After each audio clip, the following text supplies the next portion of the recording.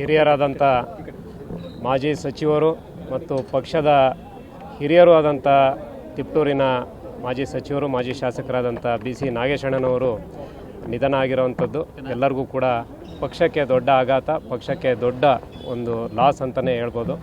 ಮತ್ತು ಅವರು ಸಾಮಾನ್ಯ ಕಾರ್ಯಕರ್ತರಾಗಿ ಬಂದು ಅವರು ಒಳ್ಳೆ ಕುಟುಂಬದಲ್ಲಿ ಶ್ರೀಮಂತ ಕುಟುಂಬ ಇದ್ರೂ ಕೂಡ ಅವರು ನಡ್ಕೊಂಡಿದ್ದ ರೀತಿ ಸಾಮಾನ್ಯ ಜನತರ ಅವರು ಬೆಂಗಳೂರಿಗೆ ಯಾವತ್ತೂ ಟ್ರೈನಲ್ಲೇ ಹೋಗ್ತಿದ್ದು, ನಮಗೂ ಕೂಡ ಕಾರ್ಯ ಆಗ್ತದತ್ಯ ನೀವು ಟ್ರೈನಲ್ಲಿ ಬನ್ನಿ ಅಂತ ಅಷ್ಟು ಸಿಂಪ್ಲಿಸಿಟಿ. ABP ಮುಖಾಂತರ ಅವರು ಪಾದಾರ್ಪಣೆ ಮಾಡಿ ಶಾಸಕರಾಗಿ 2 ಬಾರಿ ಅದು ವಿಶೇಷವಾಗಿ ಶಿಕ್ಷಣ ಸಚಿವರಾಗಿ ಕೆಲಸ ಮಾಡಿರುವಂಥದ್ದು.